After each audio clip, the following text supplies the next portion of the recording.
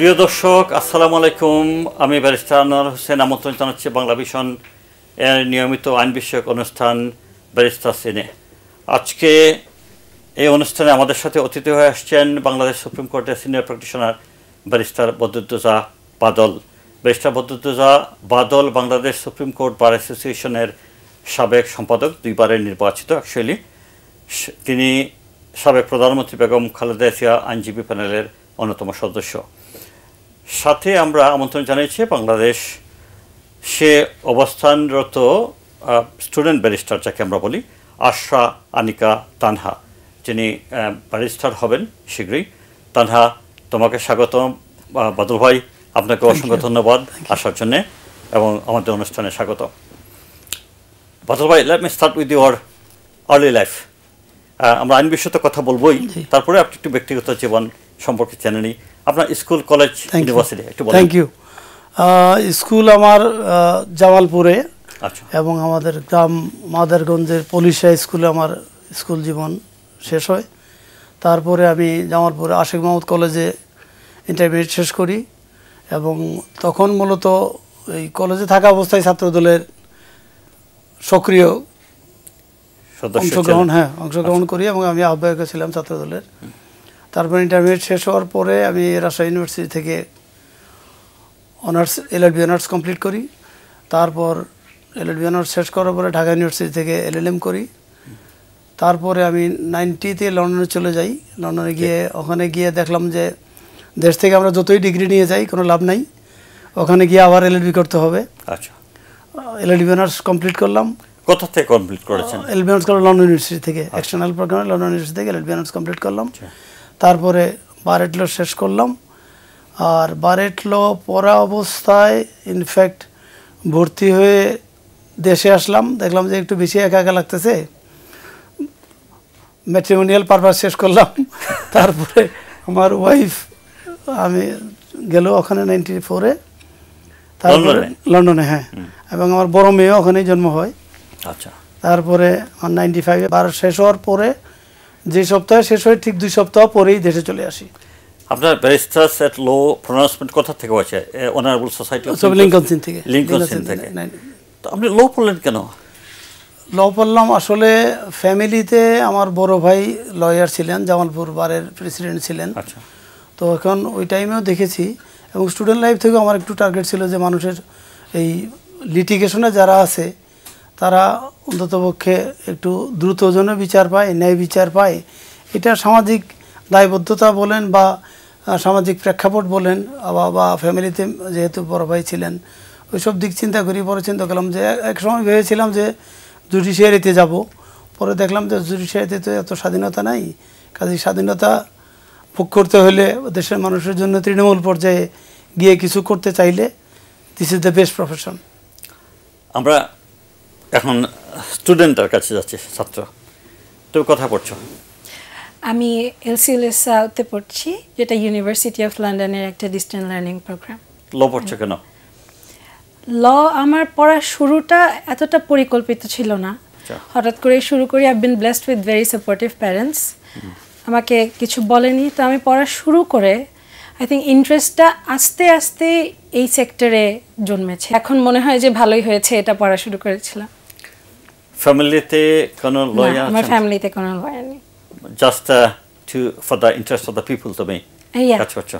আচ্ছা, বাদল ভাই, আমাদের আইন জগতে অনেক দিকপাল আইনজীবী, ব্যারিস্টার আইনজীবী রয়েছেন। আমি আজকে শুধু একজনের নাম স্মরণ করতে চাই। আমরা বিভিন্ন অনুষ্ঠানে বিভিন্ন জনের নাম স্মরণ করব। ব্যারিস্টার শওকত আলী খান, আপনি কি বিশ্লেষণ দেবেন ওনার সম্পর্কে? Thank you. ওনাকে আমি অনেক দিনই পেয়েছি আমার এনরোলমেন্টের পরে। তো ওনার বিশেষ বিশেষ কিছু গুণ ছিল, সেটা হচ্ছে উনি ম্যাক্সিমাম টাইম দেখা যাচ্ছে বাসা থেকে রান্নাবান্না করে নিয়ে এসে স্টাফ থেকে শুরু করে অনেককেই তার চেম্বারে খাওয়াইতেন।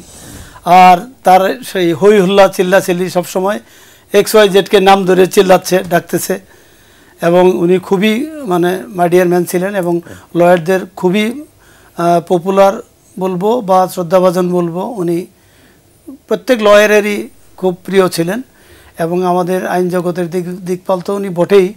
এবং অনেক ক্ষেত্রে দেখেছি আমি, বিভিন্ন এলাকার মামলায় উনি অনেক ফ্রি সার্ভিস দিয়েছেন মানুষকে। মানুষের যে কোনো জুনিয়রদের পাশে দাঁড়িয়েছেন। আমাদের ব্রিটিশ বাংলাদেশি অনেক ব্যারিস্টার আছেন যারা ইউকেতে প্র্যাকটিসিং ব্যারিস্টার, সেরকম একজনকে আমি ইন্টারভিউ করেছিলাম। ইন্টারভিউ তো আমরা অবশ্যই দেখব। তিনি হচ্ছেন আনোয়ার বাবুল মিয়া। তিনি হার্টফিল্ড আসন থেকে লেবার পার্টির ক্যান্ডিডেট ছিলেন, এমপি পার্লামেন্ট ক্যান্ডিডেট ছিলেন আর কি। তিনি প্র্যাকটিসিং ব্যারিস্টার। তিনি ইন্টারভিউতে অনেক কথাই বলেছেন। উনি কথা বলেছেন হিউম্যান রাইটস বিষয়ে, জাজদের ইম্পার্শিয়ালিটি, অ্যাপয়েন্টমেন্ট নিয়ে। সো হিউম্যান রাইটস নিয়ে উনি যেটা বলেছেন সেটা হচ্ছে Brexit, I mean European Union থেকে ইউকের বেরিয়ে যাওয়ার পরে লেস কনসার্ন হচ্ছে হিউম্যান রাইটস ইউকেতে আর কি। আমাদের দেশে কী অবস্থা আসলে হিউম্যান রাইটস বিষয়ে? আমাদের দেশে হিউম্যান রাইটস সংরক্ষণের জন্য তো অনেক কমিশনও আছে, প্লাস অনেক এনজিও আছে, কিন্তু বেসিক্যালি এটা রুট লেভেলে মানুষ সার্ভিস পাচ্ছে না। মানে এবং অনেক জিনিসই, অনেক বিষয়ই ওই স্ক্রিনেও আসতেছে না বা মিডিয়াতেও আসতেছে না, পত্রপত্রিকাও আসতেছে না, যার ফলে এটা হিউম্যান রাইট কনসার্ন হতে হলে আপনার, যেমন ধরেন ইউকের দিকে যদি চিন্তা করেন, আপনি যেখানেই যান সেখানেই দেখবেন প্রত্যেক ডিস্ট্রিক্টই সমৃদ্ধ, সব কিছুই আছে ওখানে। আর আমাদের মনে করেন ঢাকার বাইরে গেলেই দেখবেন যে একটা পুরো শূন্যতা কাজ করে। অনেক সংস্থা ঢাকায় অ্যাক্টিভলি কাজ করতেছে, রুট লেভেলের যে নিউজ আপ টু ডেট আসা বা মানুষের যেটা প্রয়োজন সেটা মিটতেছে না। আর পাশাপাশি হিউম্যান রাইটস বেসিক্যালি আমাদের দেশে তো পলিটিক্যাল কারণেও অনেকেই হিউমিলেটেড হয়েছে গত 15 বছরে। সেটার উত্তরণের জন্য আসলে আমার মনে হয় প্রত্যেক জেলায় যদি হিউম্যান রাইটস অর্গানাইজেশন খুব অ্যাক্টিভলি কাজ করে এবং হিউম্যান রাইটস কমিশন যদি এগুলো সুপারভাইজ করে এবং নোটিশে নেয়, অ্যাকশন নেয়, তা প্লাস হাইকোর্টে তো অনেক মামলায় হিউম্যান রাইটসের জন্য দরজা খোলাই আছে। ব্যারিস্টারদের কী রোল হতে পারে হিউম্যান রাইটস ইস্যুতে? ব্যারিস্টারদের রোল বলতে তো স্পেসিফিক কিছু নাই। আমরা যারা elite of the society, lawyer বলেন, ব্যারিস্টার বলেন বা হিউম্যান রাইটস অ্যাক্টিভিস্ট বলেন, প্রত্যেকেরই দায়বদ্ধতা আছে এটার জন্যে। প্রিয় দর্শক, আমরা ইন্টারভিউ নিয়েছিলাম ব্যারিস্টার আনোয়ার বাবুল মিয়া, যিনি লেবার পার্টির এমপি ক্যান্ডিডেট ছিলেন লন্ডনে, হার্টফিল্ড থেকে অ্যাকচুয়ালি। তার ইন্টারভিউটা চলুন আমরা একটু দেখে আসি।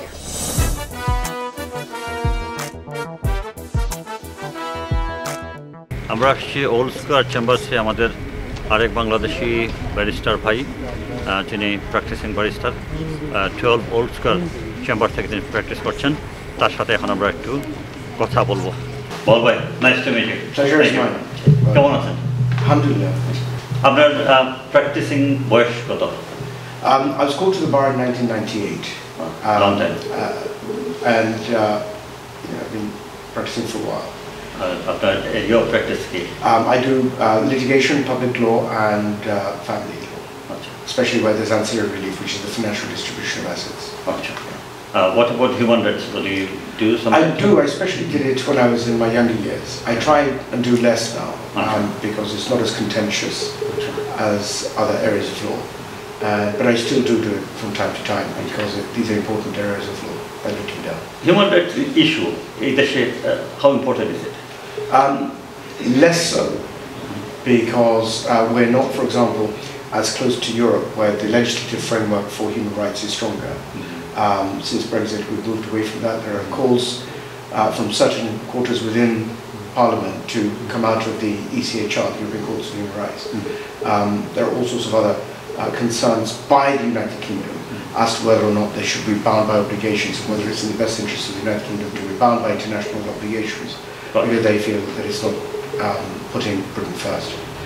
So you mean Brexit হওয়ার আগ পর্যন্ত যখন ইউরোপিয়ান ইউনিয়নের সাথে ইউকে ছিল তখন হিউম্যান রাইটস ইস্যু খুব আরো স্ট্রঙ্গার ছিল? Well, we were bound by international treaties. We were bound by legislative frameworks. The legislation was dictating to us that we must comply with international standards of behaviour. As we are now no longer within Europe, the legal framework within Europe is no longer something that is as strongly enforced by the United Kingdom, because it simply doesn't have to be. And so therefore the discretion by the United Kingdom as to the extent to which it applies those treaties is wider. So do you think that human rights issue is now facing a challenge, or? I'm not sure it's facing a challenge, because at the end of the day the United Kingdom is committed to publicly committed to maintaining international standards of behaviour, human rights and so on and so forth. The fact is that if we see various examples, such as the Assange issue, Julian Assange, and there are a number of other examples that one can give, and we really must question the commitment by the United Kingdom to comply with those standards of behaviour. Well, what seems to be also the case is that the United Kingdom cherry picks which international laws it should go behind or push or enforce or lobby for, and those that it doesn't, and we see international obligations being breached and certainly not complied with, double standards. দর্শক, আমরা ইন্টারভিউটা তো দেখে আসলাম, আমরা বাদল ভাইয়ের কাছে এখন ফিরে যাচ্ছি। বাদল ভাই, শত শত বোগাস মামলা হচ্ছে, আপনি জানেন, মামলা বাণিজ্য চলছে, তো লয়ারদের আসলে ব্যারিস্টারদের কোনো রোল আছে কি এখানে? এখানে ব্যারিস্টারদের তো অবশ্যই রোল আছে, তবে মামলা নেওয়ার ক্ষেত্রে ভূমিকাটা কিন্তু কনসার্ন পুলিশ স্টেশনের। তারা যদি এই মামলাগুলো নেওয়ার আগে প্রাইমারিলি একটু ভেরিফাই করে যে হ্যাঁ আদৌ এই মামলাটা সত্য না মিথ্যা, যাদেরকে ইমপ্লিকেট করা হলো তারা আদৌ এই অফেন্স করেছে কিনা অথবা আদৌ এই অফেন্স কমিটেড হয়েছে কিনা, এইটা দেখে তারপরে মামলা রেজিস্ট্রি হওয়া দরকার। আর প্রত্যেক থানায় এই মামলাগুলো হচ্ছে, কিন্তু মেইনলি থানাতে, কোর্টে খুব কমই হচ্ছে। এই 5ই আগস্টের রেভলিউশনকে অন্যদিকে প্রবাহিত করার জন্য একটা শ্রেণী এই মিথ্যা মামলাগুলো করতেছে হয়রানির জন্যে, কাজে ইট শুড বি স্টপড। এবং ইভেন কি এই মুহূর্তে দরকার হয়ে গেছে যারা এই মিথ্যা মামলা করতেছে তাদের এগেনস্টেও অ্যাকশনে যাওয়া, তা না হলে কিন্তু এটা বন্ধ হবে না। সেটা তো আইন আছে, যে হ্যাঁ আইন আছে, 211 প্রভিশন আছে, কিন্তু এটা তো হয়রানির পরে গিয়ে হয়। যার বিরুদ্ধে মিথ্যা মামলা করা হয়, মামলায় যে পরিমাণ সে হয়রানি হয়, পরবর্তী দিকে সে আর ওই মামলায় যে বাদী, যে ইনফরমেন্ট, তাকে হয়রানি করার জন্য ওনার ওই মানসিকতা শেষ পর্যন্ত থাকে না। প্রিয় দর্শক, আমরা এখন একটা ছোট্ট বিরতিতে যাচ্ছি, বিরতির পরে আমরা বাদল ভাইয়ের সাথে কথা বলবো।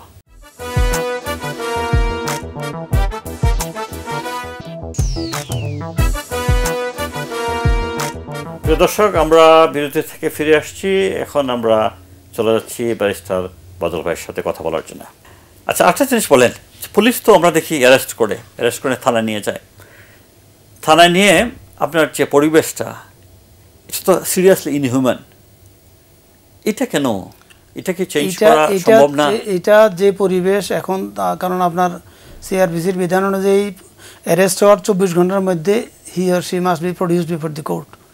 কোর্টে যাওয়ার আগে 24 ঘন্টার আগে দেখা যাচ্ছে হাজতখানা বলে, যেটা থানা হাজতখানা, সেখানের পরিবেশ খুবই খারাপ, খুবই মানে অস্বাস্থ্যকর বলেন বা অস্বস্তিকর বলেন, এটা খুবই খারাপ অবস্থায় আছে। এটাকে অবশ্যই ডেভেলপ করা দরকার, ইমপ্রুভ করা দরকার। কনসার্ন থানার অফিসিয়াল যারা, তারাও যদি উদ্যোগ নেয়, স্থানীয় যারা অ্যাডমিনিস্ট্রেশন তাদের সাথে যোগাযোগ করে, তাহলে আমার মনে হয় এটা ডেভেলপ করা অবশ্যই সম্ভব। আপনি যেটা বলছিলেন হাজতখানা তো it cost not much then it's not a big amount of money actually. এটা তো ঠিক করা যায় না, এটা ঠিক করা যায়, কিন্তু ফ্যাসিলিটি প্রপারলি নাই। সমস্যাটা হচ্ছে কি, সমস্যাটা হচ্ছে যে ব্যুরোক্রেসি। আপনি থানার একটা যদি ফ্যান নষ্ট হয়, সেই ফ্যান কেনার জন্য তাদের দুনিয়ার চেয়ার টেবিল অ্যাপ্রুভাল নিয়ে পাস করতে হয়। কাজে ওখানে ডেভেলপমেন্ট খাতে যে টাকাটাই খরচ করার জন্য প্রয়োজন, তারা মনে করুক যেটা স্যাংশন লাগবে, কারণ সরকারের অর্থ তো। রিমান্ড সিস্টেম, এটা বহুল প্রচারিত শব্দ, এটা কেন? এই রিমান্ডটাকে আমাদের সুপ্রিম কোর্টের হাইকোর্ট ডিভিশনের জাস্টিস হামিদুল্লাহ সাহেবের একটা জাজমেন্ট আছে, এখানে উনি স্পেসিফিক গাইডলাইন দিয়ে দিয়েছেন যে কোন কোন ক্ষেত্রে রিমান্ড চাইবে, কোন কোন ক্ষেত্রে রিমান্ড চাইবে না, কোন কোন ক্ষেত্রে রিমান্ড দেওয়া যাবে। তো সেই গাইডলাইন মোটেও ফলো করা হচ্ছে না, সব মামলাতে রিমান্ড চাচ্ছে। জাস্ট পলিটিক্যাল হ্যারাসমেন্ট বলেন বা তাদের হুইমজিক্যাল ডিসিশন বলেন, এই ধরনের রিমান্ড দেওয়া উচিত না কোর্টের, এবং রিমান্ড চাওয়া উচিত না। কারণ হচ্ছে রিমান্ড চাইলে কোর্টের দায়িত্ব কোন মামলায় কাকে রিমান্ড দেওয়া হচ্ছে। আমরা স্টুডেন্টদের কাছে চলে যাচ্ছি, তার চিন্তাধারা, তার একটা প্রশ্ন আছে আসলে আপনার কাছে, তোমার প্রশ্নটা। আমাদের আইনাঙ্গনের তো অনেক সমালোচনায় আমরা সবসময় শুনি, ভালো দিকেও খারাপ দিকেও। আপনার পার্সোনাল ওপিনিয়ন আমি জানতে চাচ্ছি যে যদি আপনার হাতে থাকতো পুরো বিষয়টা, এমন কোন একটা সেক্টর যেটা আপনি হচ্ছে রিফর্ম করতেন? এটা আইনাঙ্গনের মধ্যে নাকি আইনাঙ্গনের মধ্যে? সেটা হচ্ছে প্রথম হচ্ছে যে independence of judiciary, chief justice থেকে শুরু করে সকল জাজেস অফ দি সুপ্রিম কোর্ট এবং লোয়ার কোর্ট এরা জন্য 100% স্বাধীনভাবে কাজ করতে পারে। আমি আশা করব আমাদের জুডিশিয়ারি নতুনভাবে স্বাধীনভাবে কাজ করবে, কাজ করার সুযোগ পাবে। আপনারাও আশাবাদী হবেন। আর কোনো প্রশ্ন করতে চাও তুমি রনহা? আরেকটা প্রশ্ন আছে স্যার। নারী নির্যাতন নিয়ে তো আমরা অনেক আইনের কথাই শুনি, হয়তো ইমপ্লিমেন্টেশনটা সবসময় ভাবে এনশিওর করা যায় না, কিন্তু সেই ক্ষেত্রে ঠিক on the opposite side of the coin পুরুষ নির্যাতন নিয়ে আসলে আমাদের দেশে আইনের সেক্টরটা কতটুকু ডেভেলপ, বা এটা কি আদৌ কি মিথ কিনা, বা আসলে কি হচ্ছে? আসলে আমি একটু সাপ্লিমেন্ট করি বাদল ভাই, পুরুষরা কি আসলে কোনোভাবেই নির্যাতিত হয় না? আমার মনে হয় এটা ওই একটা গতানুগতিক কথা হয়ে গেছে যে শুধু নারী নির্যাতনের আইন আছে, পুরুষ নির্যাতনের আইন নাই। দেখেন, আমার মনে হয় না যে পুরুষ নির্যাতনের জন্য কোনো মামলা, কারণ that my be an incident. এরকম হইতে পারে যে কোনো সারাউন্ডিং সার্কামস্টেন্সেসে এমনও হয় যে দেখা গেল যে ওই পারিবারিক কারণে বা নৈতিক কারণে বা চারিত্রিক কোনো কারণে দেখা গেল যে ওয়াইফের সাথে দ্বিমত হইতেই পারে। এই জন্য এটার জন্যে আমার মনে হয় না যে পুরুষ নির্যাতনের জন্য আর আইন করা দরকার আছে। বাদল ভাই, আমরা রিমান্ড নিয়ে কথা বলছিলাম। জি, রিমান্ড থেকে ধরেন আজকে আমি অ্যারেস্টেড হলাম, তাই না? রিমান্ডে 2 দিন বা 3 দিন পরে আসলাম, আসার পরে আমি হাঁটতে পারি না। যখন কোর্টে যাওয়া হয়, ডিস্ট্রিক্ট কোর্টে, জাজরা তো দেখে যে আমি হাঁটতে পারছি না, আমার অবস্থা খুবই খারাপ। কখনো কি কোনো জাজদের প্রয়োজন মনে করে নাই যে প্রশ্ন করার চেয়ে কালকে বা 3 দিন আগে তুমি অ্যারেস্ট করলা, পুলিশকে জিজ্ঞেস করার আজকে সে হাঁটতে পারে না কেন? এটা তো আসলে আপনার অনেক ক্ষেত্রে কোর্ট সো মোটোই এটা কল করতে পারতেন, কিন্তু কোর্ট এখন আর সো মোটোও করে না, এখন কন্টেম্পটের দিকেও যায় না। তো এই রিমান্ডের নির্যাতনের বড় শিকার তো আমাদের ভারপ্রাপ্ত চেয়ারম্যান জনাব তারেক রহমান। উনি সুস্থ সবল মানুষ গেলেন, এরপর ওনাকে যেভাবে টর্চার করা হলো আপনারা দেখেছেন টেলিভিশনে, পত্রিকায়, যে উনি হাঁটতে পারতেছেন না। এখনও কিন্তু উনি সোজাভাবে হাঁটতে পারেন না, because of torture and humiliation inflicted to him.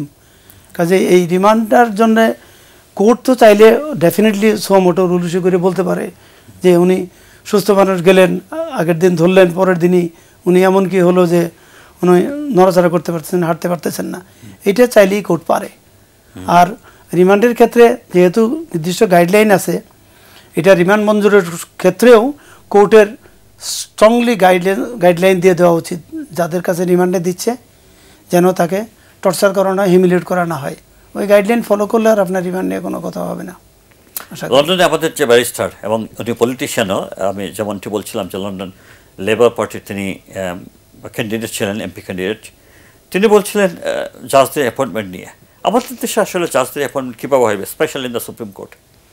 আজকে থেকে আপনার প্রায় 30 বছর আগে আমি বার করছি তো আমি 95-এ। বার করে দেশে আসার পরে আমি একটা আর্টিকেল লিখেছিলাম রিগার্ডিং অ্যাপয়েন্টমেন্ট অফ জাজেস। এই আর্টিকেল লিখে যখন দিয়ে দেন জাস্টিস মাহমুদুর রহমান সাহেব ছিলেন কন্টেম্প কোর্টের দায়িত্বে, ওনার চেম্বারে আমি গেলাম এটা আর্টিকেলটা দেখাইতে। হি ওয়াজ ভেরি হ্যাপি যে এত সুন্দর আর্টিকেল। আর্টিকেলে আমার বক্তব্যগুলো ছিল এরকম যে জাজের নিয়োগটা অন্তত পক্ষে পলিটিক্যালি যেন পলিউটেড না হয়, প্রাইম মিনিস্টারের হাতে না থাকে। এটা এক্সক্লুসিভলি, যেমন ধরেন ওইটা পরে আর ওই আর্টিকেলটার আমি আর ছাপাইতে পারিনি। একজন সিনিয়র উনি ওপেনলি বলছে না এইসব তোমার you are too early to write all this articles regarding appointment জাজেস। পরে আর্টিকেলটা আমি ছাপাইতে পারিনি, আমার কষ্টের ভিতরে এখনও আছে। কিছুদিন আগে আমাদের এই যে বিচারপতি নিয়োগদের যে সংস্কার কমিশন হলো, সেই কমিশনেও আমি বেশ কিছু সুনির্দিষ্ট প্রস্তাব আমি লিখিতভাবে দিয়েছি, যেখানে বলেছি যে আমাদের হাইকোর্ট জাজ নিয়োগের ক্ষেত্রে স্পেসিফিক্যালি আপনার চিফ জাস্টিস মহোদয়, অ্যাপিলেট ডিভিশনের জাজ, হাইকোর্ট ডিভিশনের জাজ, কনসার্ন বারের প্রেসিডেন্ট, সেক্রেটারি, এটা বারের থেকে যখন নিয়োগ হয় একটা কমিটি হওয়া দরকার। আর ডিস্ট্রিক্ট লেভেল থেকে যখন আসে তখন ইনাদের সাথে যে ডিস্ট্রিক্টে ওই কনসার্ন ডিস্ট্রিক্ট জাজ ফাংশন করেছেন লাস্ট 2 টার্ম, ওই বারের প্রেসিডেন্ট বা সেক্রেটারি তাদের ইনক্লুড করে যদি কমিটি করে জাজ নিয়োগ করা হয়, আমার মনে হয় জাজ নিয়োগের ক্ষেত্রে ফেয়ারনেস চলে আসবে। এখন তো পলিটিক্যালি অ্যাপয়েন্টেড হচ্ছে নাকি না আপনার? এখন পলিটিক্যালি অ্যাপয়েন্টমেন্ট হচ্ছে না, যেহেতু এখন পলিটিক্যাল গভর্নমেন্ট নাই।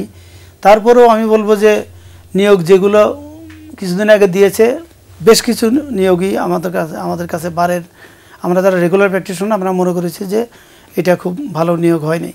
অনেকেই অনেক দিন আগে রিটায়ার করছে, তারা জুডিশিয়াল সাথে সম্পর্ক নেই, তাদেরকে এনে বসানো হলো। আবার অনেকেই দেখা যাবে যে বছরে 20টা 50টা মামলাও নিজে ইন্ডিপেন্ডেন্টলি করে নেই, তাদের 2-1জনকে নিয়োগ দেওয়া হয়েছে। এটা আনএক্সপেক্টেড, এটা আমরা আশা করিনি।